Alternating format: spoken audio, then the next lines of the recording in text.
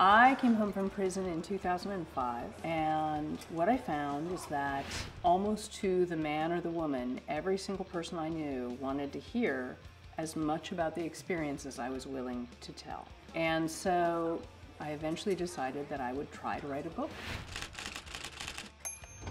A friend of mine who knew Piper sent me the book and said, you have to read this. And I thoroughly enjoyed it. And then I begged Lionsgate to get it for me.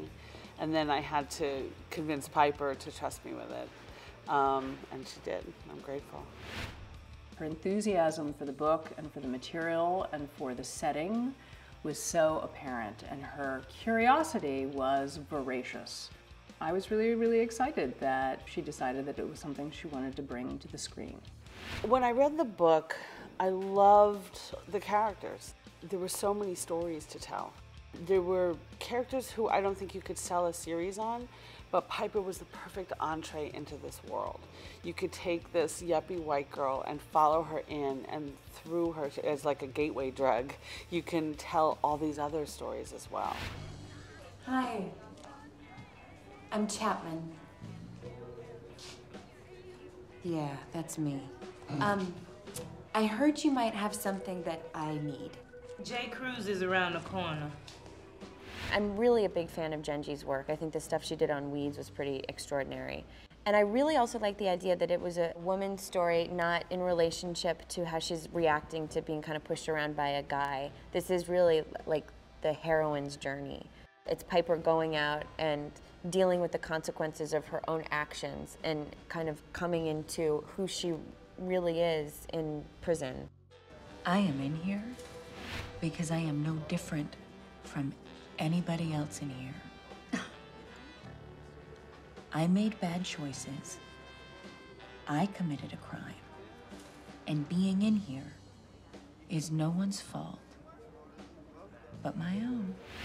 One of the fundamental questions for me is, are you the choices you made in the past or the choices you've decided to live by? Piper was this wild child in her early 20s, and those adventures fed her and were exciting for her.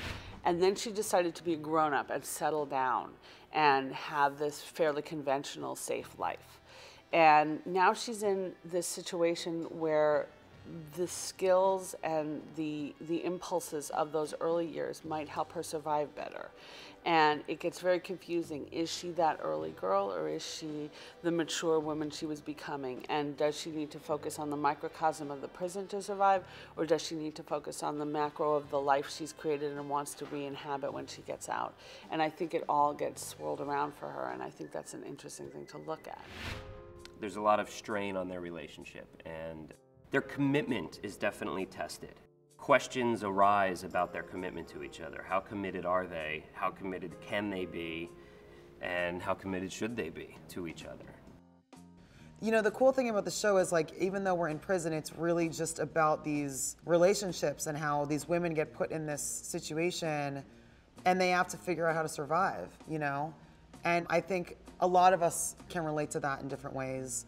The world that we've created is so real and authentic that you really get the sense of what these women went through.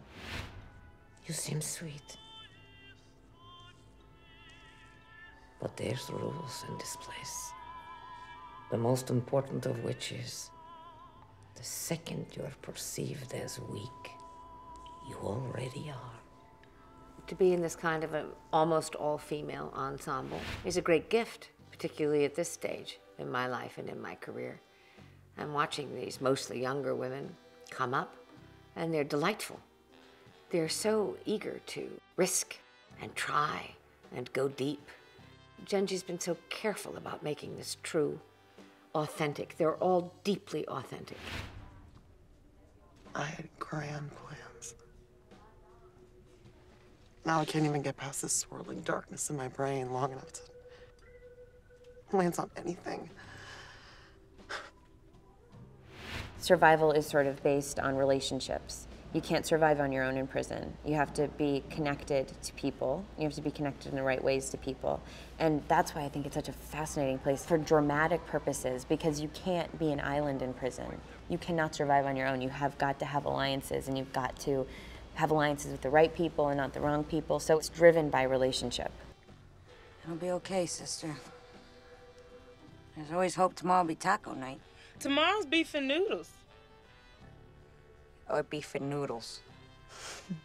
It's not a dark, ominous women in prison thing. I think humor is a survival technique, and I think if you just did a straight drama about prison, it would become so oppressive. It would become oppressive to write. What happens behind prison walls is hidden from the public very intentionally. And so I wanted to show it in my book, and I think that that is what Genji is striving to show in the show, is those day-to-day relationships and interactions that create the world of this institution and the people who live there and who work there.